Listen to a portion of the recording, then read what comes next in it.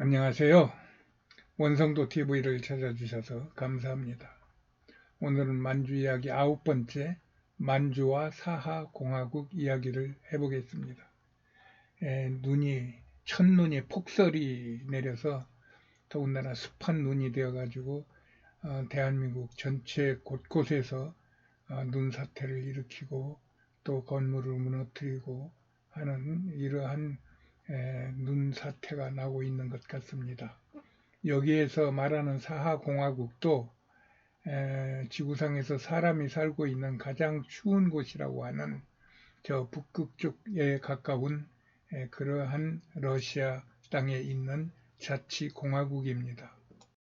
러시아에는 83개의 연방 주체국으로 되어 있는데 이 연방 주체란 말은 우리나라에는 지방자치제와 비슷한 것 같습니다. 그래서 뭐 서울특별시, 무슨 뭐 충청남도, 무슨 제주도, 무슨 강원, 무슨 도, 뭐 이런 식으로 그 지방자치제에 해당하는 단체들을 말하는 것 같습니다. 여기서 연방공화국이 있는데 연방공화국은 글자 그대로 헌법과 국가 수반을 가지고 있는 독자적인 국가 행사가 가능한 듯 보이나 실제로 국제관계에서는 연방정부의 통제를 받는 것으로 보입니다. 그 22개 공화국 가운데 시베리아 지역의 대부분을 차지하고 있는 사하공화국이 있습니다. 이 사하공화국, 러시아 말로는 야쿠트 공화국이라고 그러는 것 같은데 그림에서 보는 것 같이 면적이 300만 km제곱미터가 넘어서 러시아 국토 면적의 약 20%를 차지하고 있으며 우리나라 면적의 30배에 해당하는 어마어마한 세계에서 가장 큰 행정구역을 갖고 있는 그런 자치공화국입니다. 그럼에도 인구는 채 100만이 안 되는 러시아 연방의 자치공화국입니다. 이곳에는 원주민격인 사하인이 약 45%, 그 다음에 그 이후에 이곳으로 이주한 러시아인이 약 40%, 나머지가 이제 다른 이민족이 약간 있는 그러한 나라로 공용 언어는 사하인 언어와 러시아 언어를 함께 사용하고 있다고 합니다.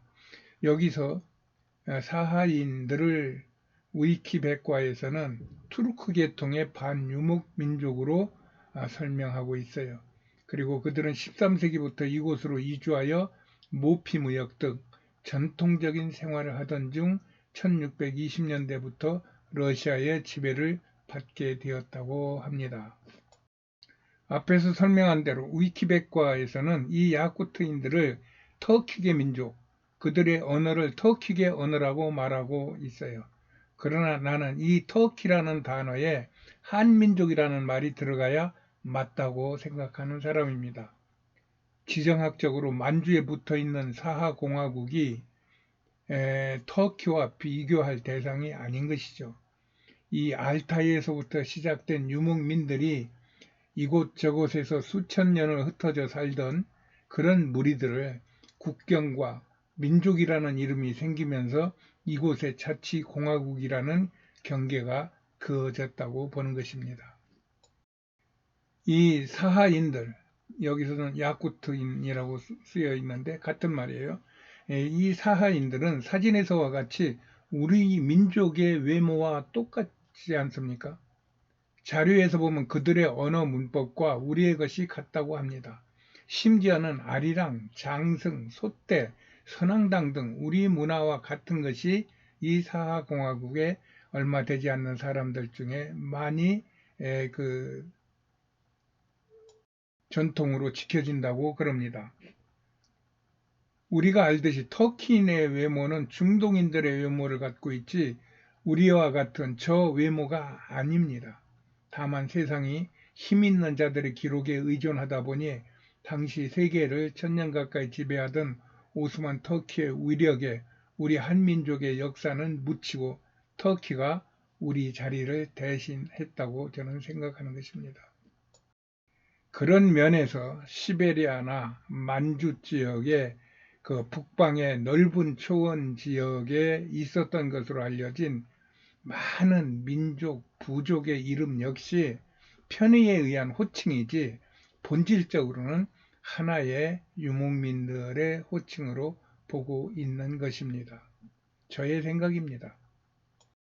그래서 그런지 이 인구 100만도 안 되는 사하공화국의 수도 야쿠츠크와 우리나라 인천 간에 전기 항로가 개설되어 있어요. 2005년도에는 한국 사하 친선협회가 생겨 사하의 무궁한 지하자원 개발을 의논하고 또 문화와 문명을 서로 교류하고 있어요. 또 사하공화국 정부는 1994년에 사하 한국학교를 야쿠츠크에 세우고 초등학교와 중학교 수준의 교육을 시행하고 있는데 여기에 한국외국어대학교가 개교 이래 학생들에게 한국 연수의 기회를 제공하고 한국어 교육을 담당한 교사를 파견하여 그들을 돕고 있다고 합니다. 또 사하공화국 학생들도 언어 배우기가 우리나라 언어를 배우는 게 쉽고 또 한류의 영향을 받고 여러 가지로 그 감정이 땡기겠죠. 이런 것들로 인하여 한국 유학을 압도적으로 선호하며 준비를 한다고 합니다. 이런 상태에서 나는 이런 그림을 그려본 것입니다. 제가 사하공화국이라고 하는 그런 이름을 알고 그 지도를 보고 생각한 것이 이 생각이었어요. 아, 만주를 중심으로 하여 몽골과 사하공화국과 우리 한국과 거기다가 일본이 합류하면 좋고 그렇게 해서 이 큰 덩어리가 하나의 연방국, 뭐 연맹국, 이러한 그 개념으로 서로 밀접하게 교통하고 친밀하게 교제를 이루어 나간다고 하면은 세상의 판도는 달라질 수 있겠다. 저는 생각하고 이런 그림을 그려본 겁니다. 지금 세상은 자신만의 이득을 챙기기 위하여 혈안이 되어 있어요.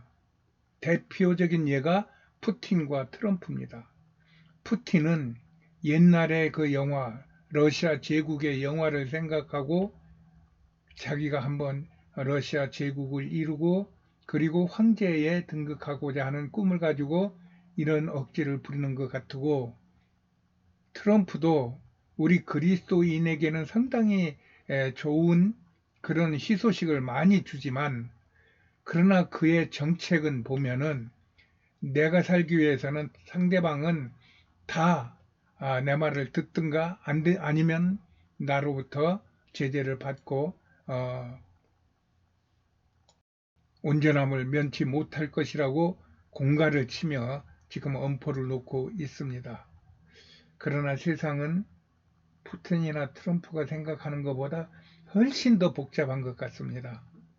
그래서 이 힘이 어디에서 나오는지 모르는 힘들이 세상의 판을 갈라놓고 그 세상을 움직이려 하고 있고 그 앞에 이런 푸틴이나 트럼프 같은 사람을 세우려 하고 그러는 것 같은 생각을 많이 저는 하고 있습니다. 이러한 때에 우리나라와 같이 건국 이념을 홍익인간으로 잡고 나라를 운영하고 나아가는 나라가 이 세계에는 없다는 것입니다. 모두 우리의 독립을 위하여 우리의 주권을 위하여 또 우리의 강력함을 더욱더 강하게 하기 위하여 이런 것들이 건국 이념이지 우리가 있으면 나눠 쓰고 그렇게 하여 두루두루 더 잘 사는 나라를 만들어 봅시다 하는 이런 그 건국 이념을 가지고 있는 홍익인간이라는 개념이 없습니다. 그래서 옛날에 하이데커로 제가 들었는데 영국의 그런 유명한 사상가요 그런 철학자인데 이것이 궁금했던가 봅니다. 도대체 홍익인간이라는 개념이 참 내가 알기가 어렵다. 그래서 한국에서 국회의원 몇 명이 어떤 사절로 영국에 갔는데 그들을 일부러 초대를 해서 당신들이 건국 이념으로 삼고 있는 홍익인간에 대하여 좀 나한테 설명을 해줄 거냐 해가지고 아마 그들이 설명을 해줬던가 봅니다. 그랬더니 제가 듣기로는 하이데커라고 들었는데 분명치 않습니다. 그분이 무릎을 치면서 세상에 이런 건국 이념이 있단 말이냐 하고 무릎을 쳤다는 얘기를 들었습니다. 지금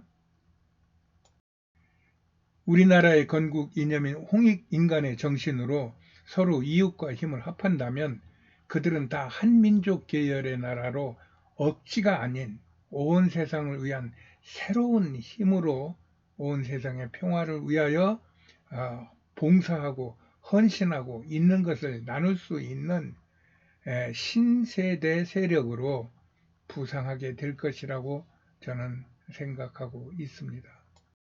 아마 이런 생각을 세계적인 학자들도 또 예언가들도 이런 것을 내다보고 우리나라의 앞날을 예언하는 것 같습니다. 나는 꼭 우리나라가 아니어도 이런 한민족의 정체성을 인정하고 하나의 연맹체를 이루기를 꿈꾸고 준비하는 자가 있다면 그 꿈은 반드시 이루어질 것으로 믿고 이 만주 이야기를 계속하는 것입니다. 안녕히 계세요.